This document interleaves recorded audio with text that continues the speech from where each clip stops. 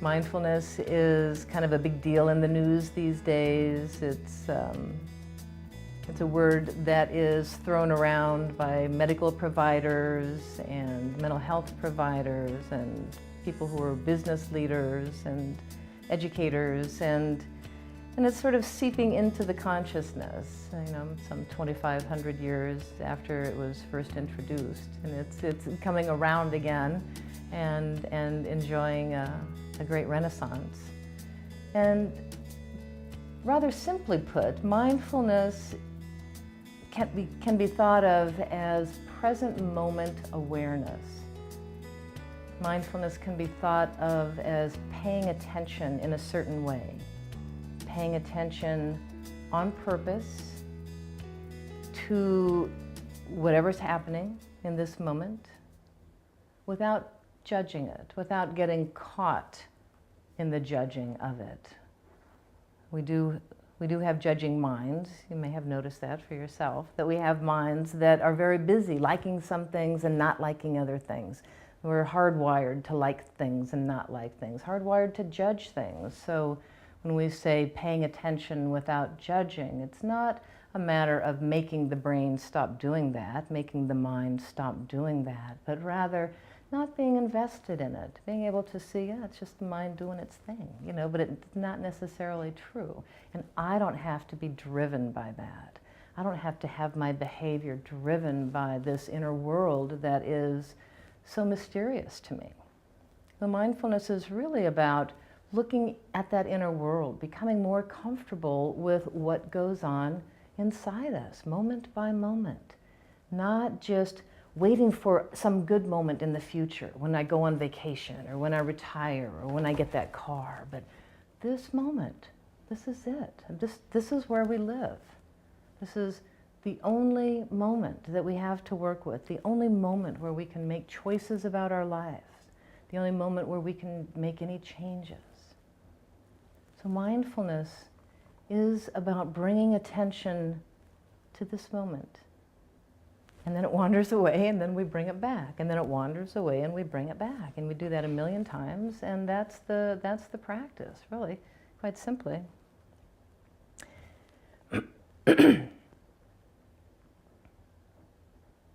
And the brain listens. The brain listens to what we're thinking. The brain listens to what we're saying with our mind.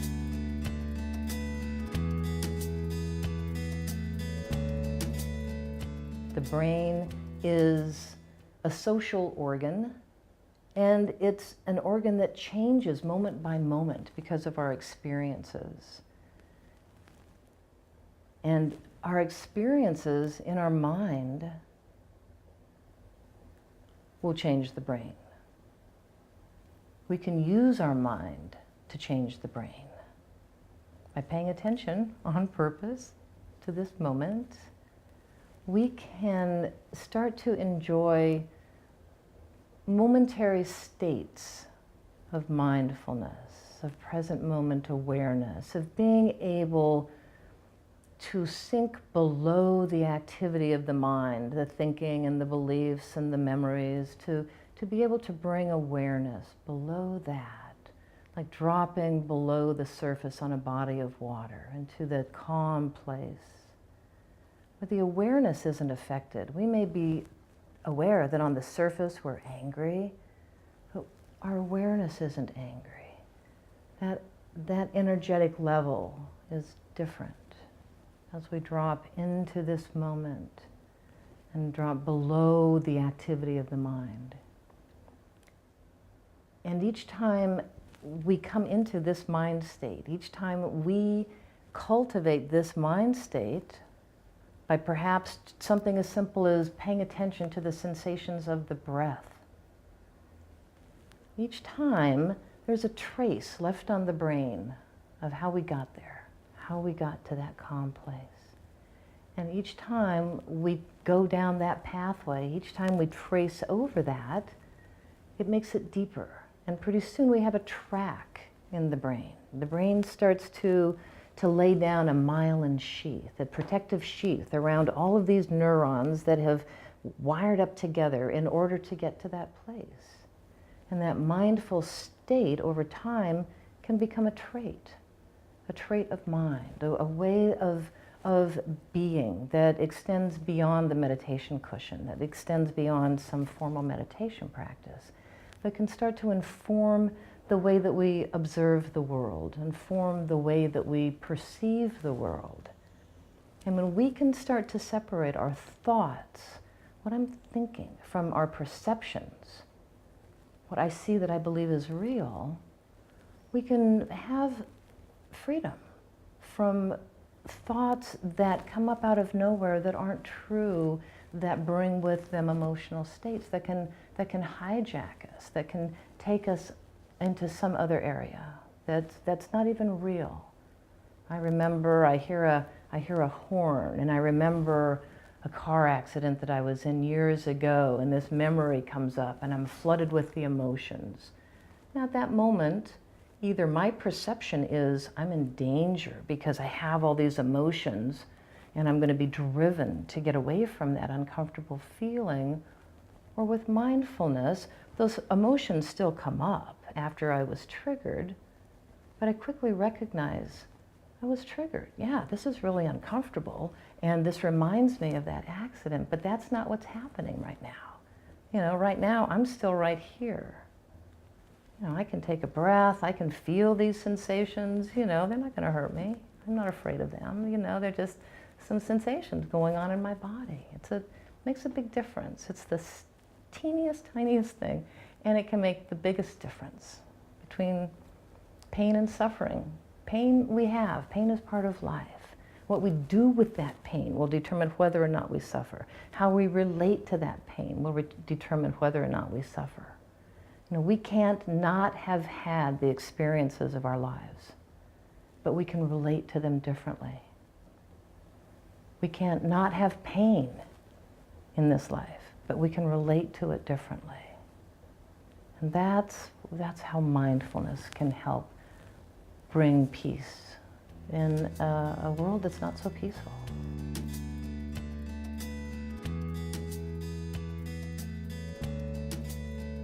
So I'll talk a little bit about the neuroanatomy of mindfulness. This is a fun topic, and I actually have to sort of take a breath myself so that I don't jump up out of the seat and get going with it. But this is a model that I've seen many other practitioners use. John Briere, Dan Siegel are two people who come to my mind right away. I've seen them use this handy model to explain the brain and how mindfulness affects the brain. So if I put my thumb in the palm of my hand and close my fingers over, this is that handy model that I was just talking about. And to get you oriented, this is a representation of my brain. My eyes would be here, the ears are on the side. The spinal cord would be coming up my arm and entering into the base of my brain, which is the brain stem. And if I lift up the top of the brain, you'll see the limbic system, which actually would look sort of like that if I had two thumbs on that hand.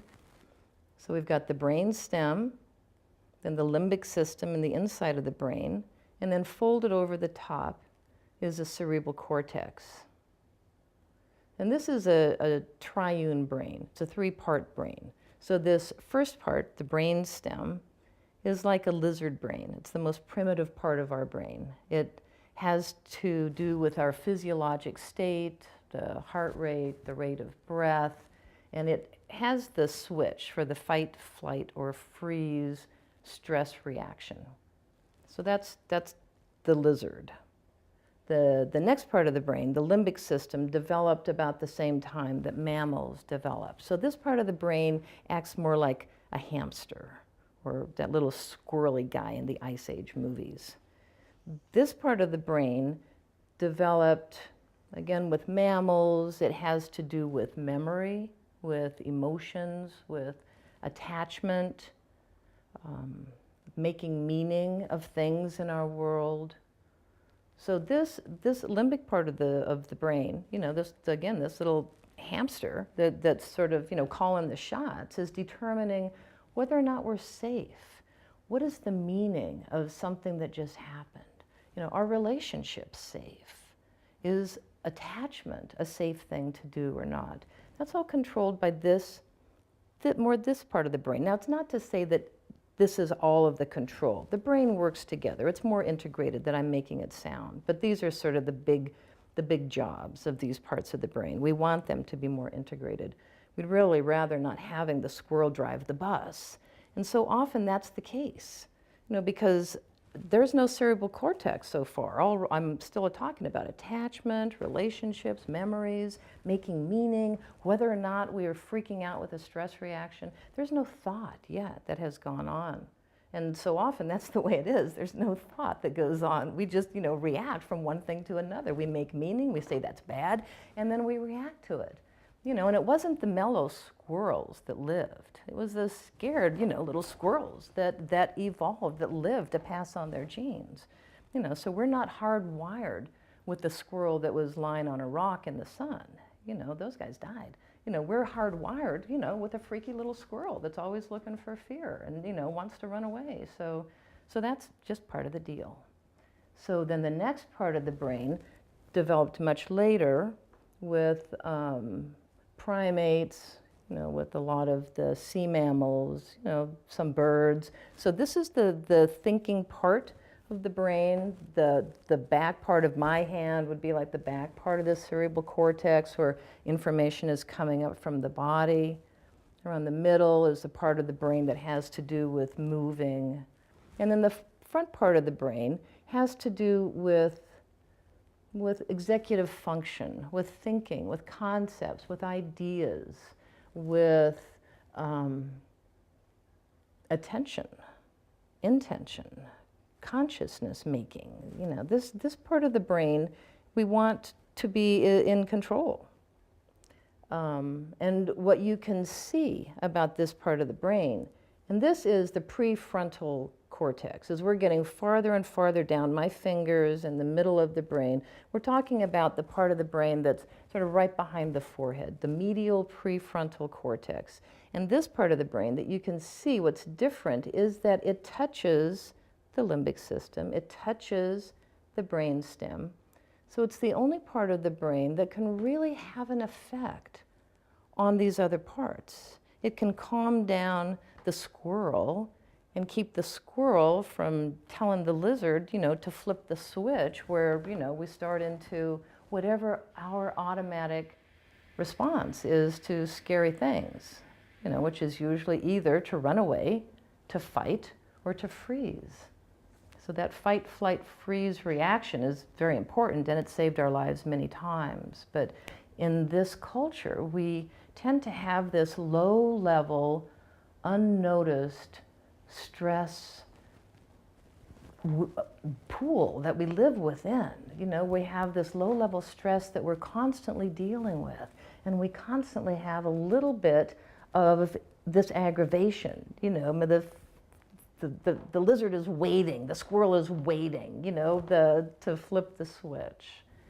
And with some help, we can start to integrate the brain more so that this part of the brain can soothe this part of the brain.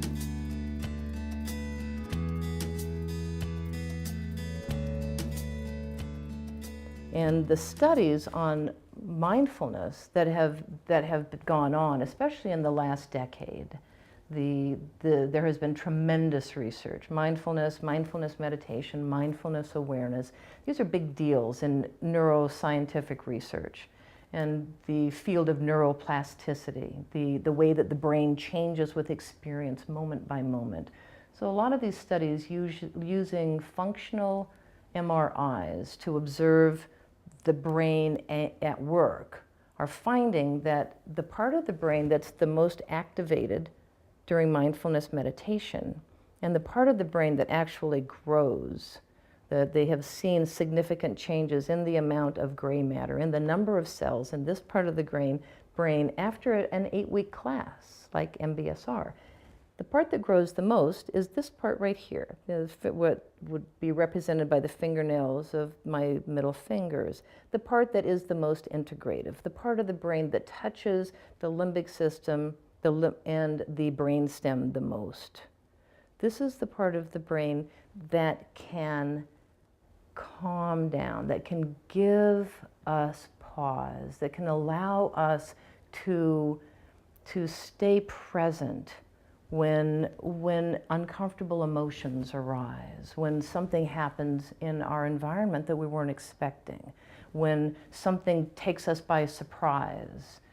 You know, the more integrated we are within ourselves, the more integrated our brain is, the more we find that we can modulate our emotions. We have the ability to extinguish fear. Fear doesn't necessarily wind up automatically creating a stress response. We can have more control of how we perceive our environment. We can feel strength within ourselves, feel that we have the capacity to handle our lives. And so often in dealing with frightening events and dealing with something scary now, something scary that we're remembering, we're kind of balancing the level of our distress with our capacity to handle that distress.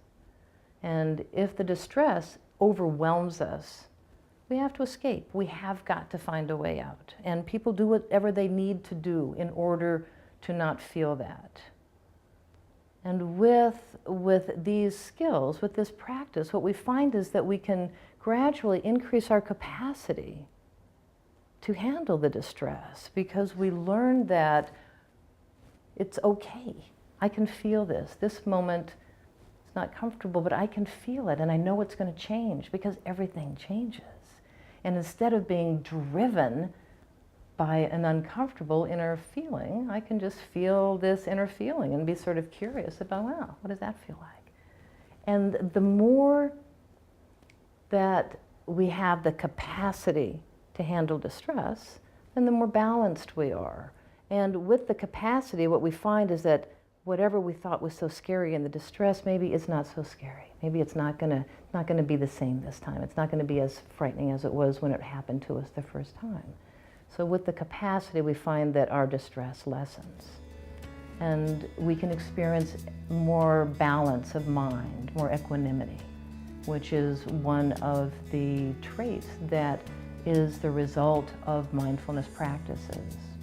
Concentration, focus, equanimity, these are commonly seen in people who have developed and maintained a practice of mindfulness awareness.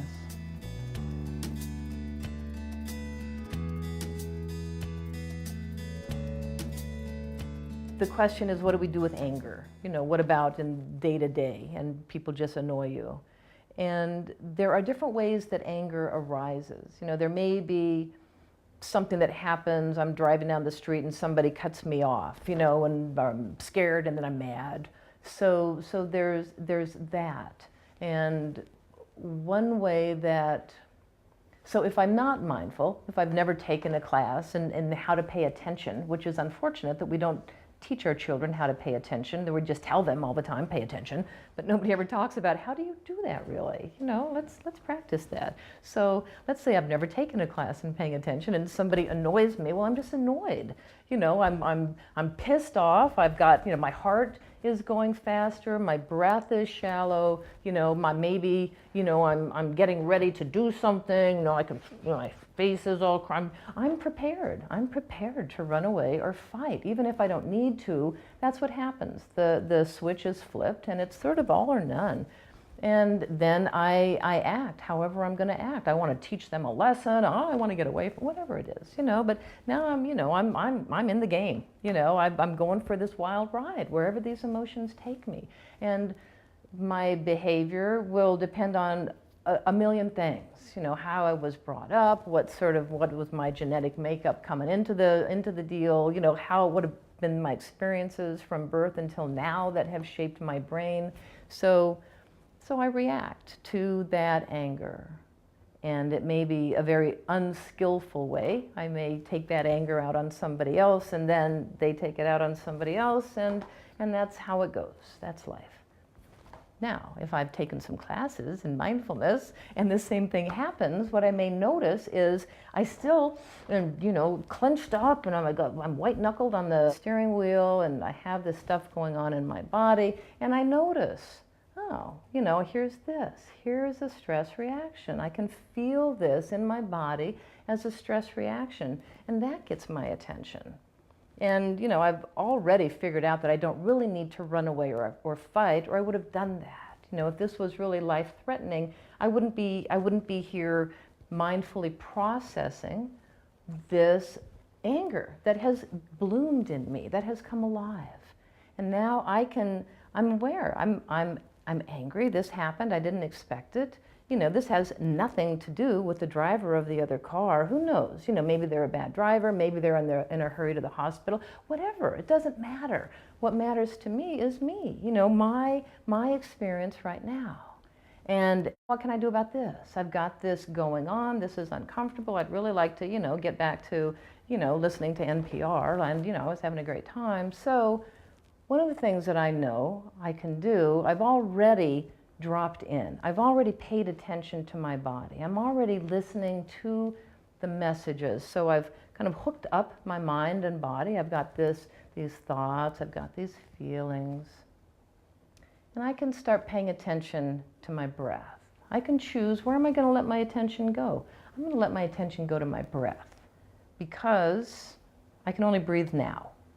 That's going to bring my attention to this moment, not stuck on, 10 seconds ago or whenever it was that this event happened, not stuck on 10 years ago when an event kind of like this happened, and now I'm reminded of that, or not stuck on the potential future when I might be able to teach this person a lesson. No, I can breathe, and that brings me to this present moment. Because still, this is all that's real. None of that other stuff is real. It's just stuff I'm making up in my mind. So I come back to this moment, and then I can play with my breath a little bit. If I breathe in, maybe for a count of 4, and breathe out, maybe for a count of 6. Breathe out longer than I breathe in. It's going to bring the parasympathetic nervous system online. The sympathetic nervous system is the part of the nervous system that controls the fight, flight, or freeze reaction. And it's opposite in our body is the parasympathetic that controls rest and digestion and relaxation. And as we breathe in, the sympathetic nervous system kind of is aroused. Sometimes people notice that maybe their heart rate feels like it goes up a little bit with the in-breath. And as we breathe out, the parasympathetic system is aroused. So with anger, if something has arisen and we determine that we don't need to do anything about it, that's a very simple technique to help to modulate the nervous systems, to help to slow things down a little bit.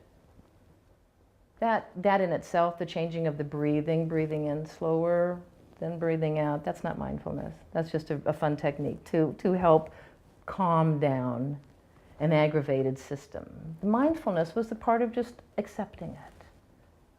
Just saying, well, this is what this moment is like. This moment is like this. Not trying to get a better moment, not trying to get a different moment, because this is the moment that I have right now. This is it. So let it be it.